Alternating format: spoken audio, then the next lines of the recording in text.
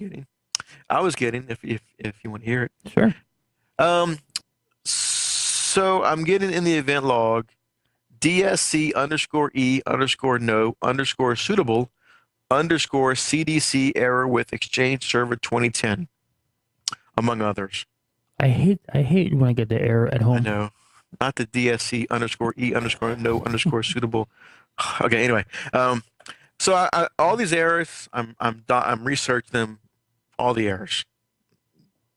I come up with one, and that's exactly what I'm having. Okay. And it's booting this. Here's the symptoms in the article. And it actually is called, well, it says in the middle of a project at a client, uh, Exchange 2010 stopped working. Symptoms included booting the server would take anywhere from 30 minutes to 1 hour. Check. Yep. Once the control alt delete screen was available and you authenticated, it would take 30 minutes to 1 hour while waiting for applying user settings. I didn't get that far. So that way I said, well, okay. Now I was also able to go to services and connect to remote services. Okay. So now I can see the event viewer on the new server and the services. And I can see information, all the Exchange services are hung on starting. In the article, the next symptoms, the Microsoft Exchange Information Store service would be stuck in a starting state. The transport service would be stuck in a starting state. I thought, well, this article sounds really good. Everything that I'm seeing is a symptom on here. So what is the fix? The fix, or the problem I can tell you, is IPv6. Ooh. Yes. IPv6 was causing the problem. Is it the translation of addresses or what? It's just that it's there, apparently. Because in this article, and then of course, when I read one of these articles, I'll read all the comments and see what people are saying before I don't just try it. I research I research this one article, I research other articles, but this one was what started it off. And it's just that IPv6. Let me see if I can see what he says. He never said what the problem was. He just said it's a problem with IPv6. And I think it had to do with the fact that IPv6 was installed in the server and it was unchecked in the device manager or the network properties. Okay.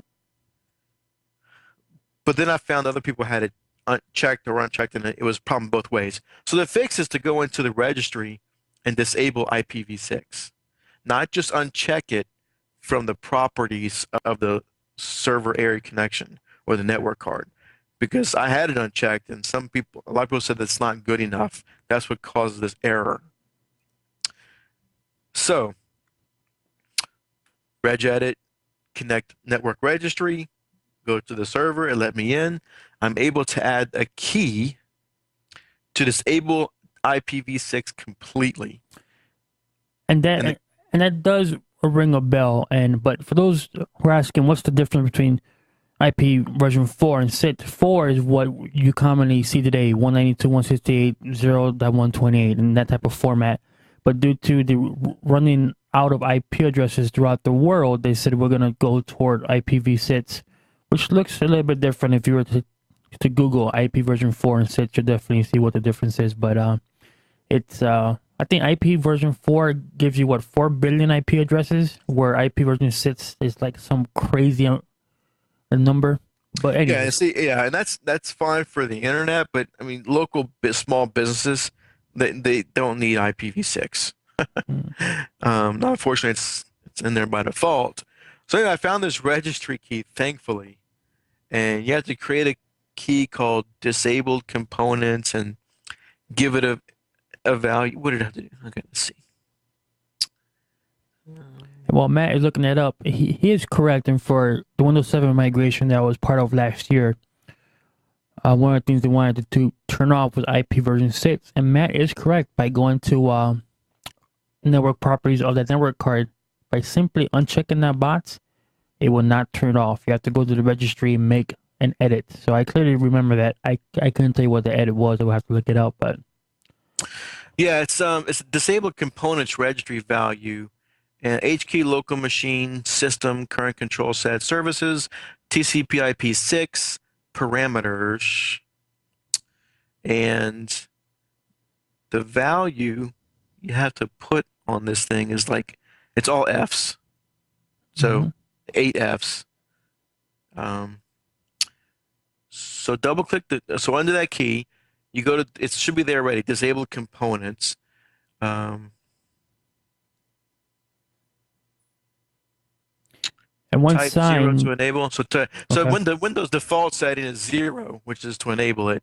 So if you just change it to all Fs, it'll disable IPv6. So I did that.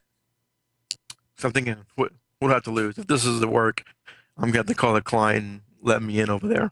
right.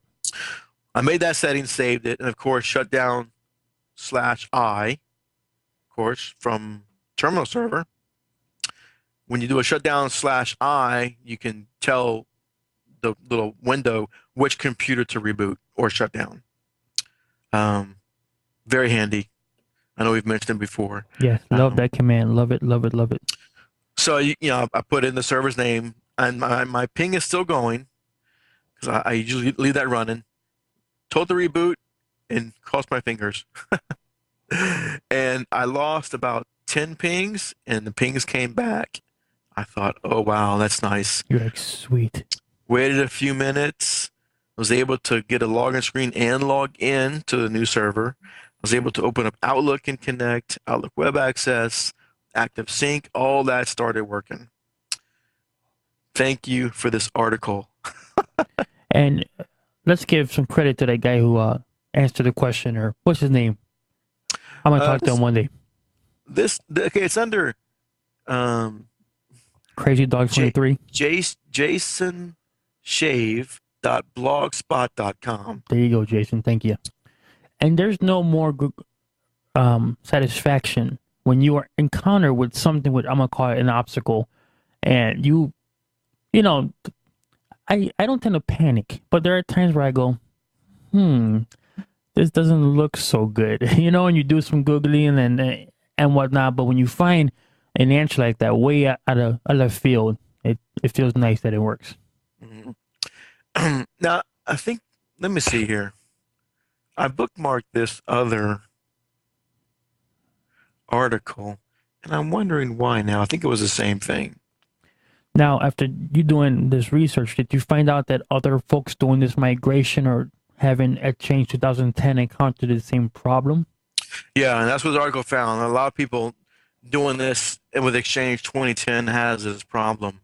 Now, see, it wasn't a problem until the old server was gone, and that's what I find interesting because I had rebooted the server many times prior to me rebooting it that time. Only difference was I had demoted the other server. I'm not sure why that made a difference. And let me ask you this: how did you transfer the DHCP role? Did you just shut off the service in the old server and just turn it on in the new server, or does your router do the DHCP? No, the servers are doing DHCP. So for that, what I did, I just recreated the scope. Okay. I first of all documented the reservations that they had. On the new server, I duplicated those, recreated the scope.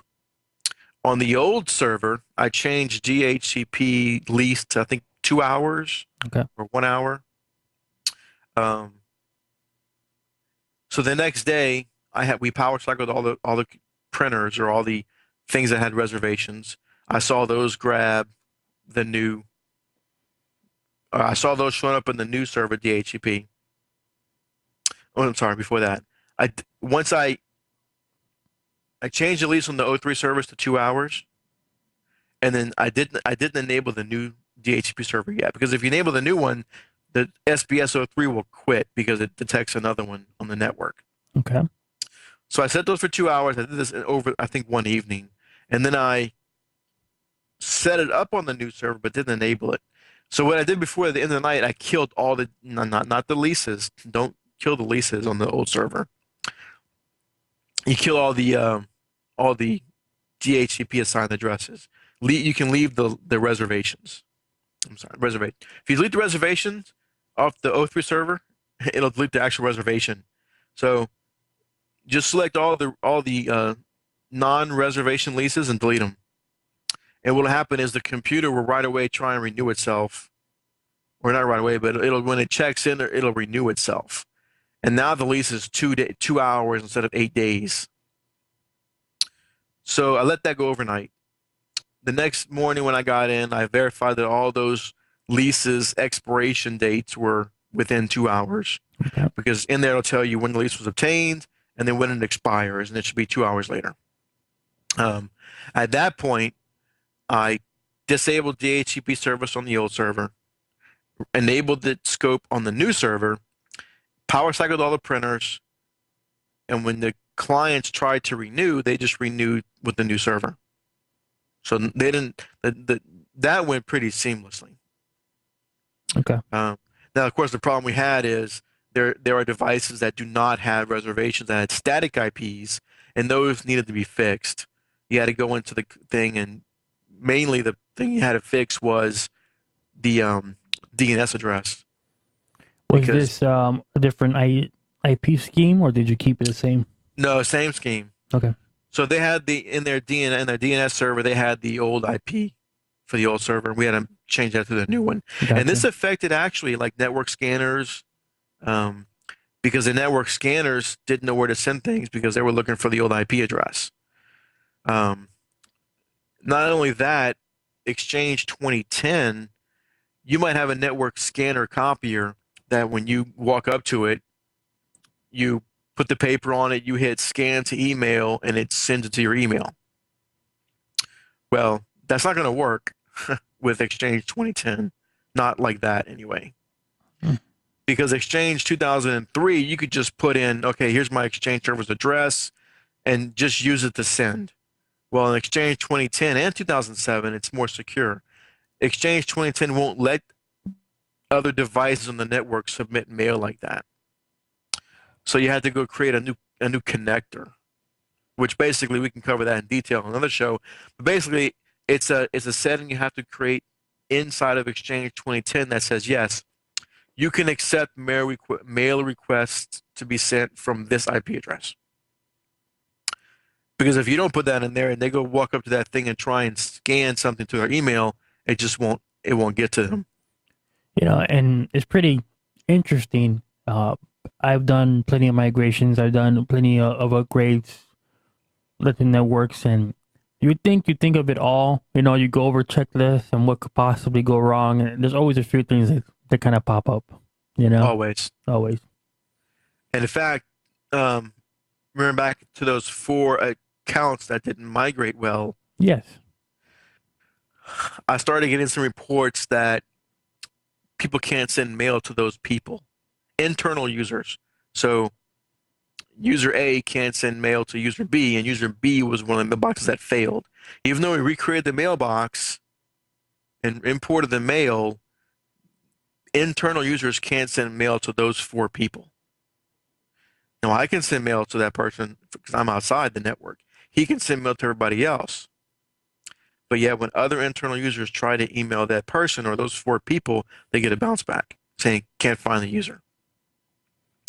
So, in looking to this, they're still, for some reason, it almost acts like it's trying to connect back to the old O3 server, but it's not there. Well, how can you tell that it's not there? Are you doing some package or some package sniffing, or how do you? Well, when I look at the bounce back message that they get, Oh, okay, I got you.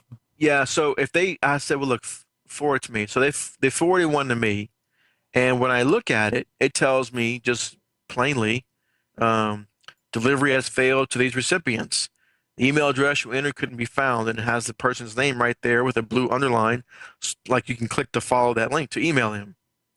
So when I clicked his name to email him, I get this big, long, drawn-out thing. IMCAEX-O_O equals first organization, first administrative group. That first administrative group it's talking about is the SBS 03 administrative group. So